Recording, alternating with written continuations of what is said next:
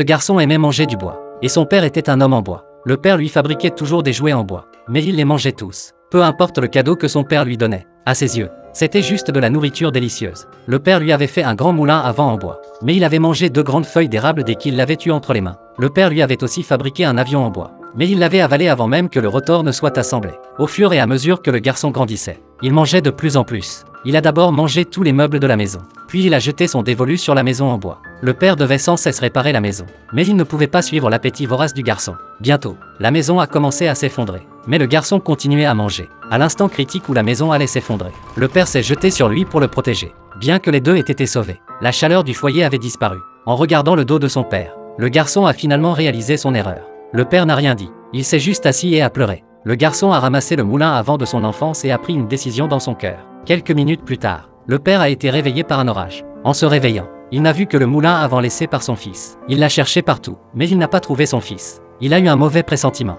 a vu une lueur sur le sommet de la montagne non loin et a traversé l'orage pour y monter. Arrivé en haut, il a trouvé son fils debout, immobile. Le père a été horrifié et a immédiatement ouvert le poêle à feu devant la poitrine de son fils. Il a vu que la flamme à l'intérieur était complètement éteinte. Il a soufflé de toutes ses forces pour réveiller son fils. Mais malgré tous ses efforts, son fils est resté immobile. À cet instant, le père était rempli de tristesse et de regret. Il a posé le moulin à vent sur la poitrine de son fils. Une brise légère est passée, et le moulin à vent s'est mis à tourner tout seul. En voyant cela, le père a eu une idée. Après quelques modifications, il a placé le moulin à vent sur la poitrine de son fils. Avec la rotation du moulin à vent, son fils s'est miraculeusement réveillé. Le père, empli d'émotion, a serré son fils dans ses bras. Cette histoire nous montre que le père du garçon avait étudié la physique.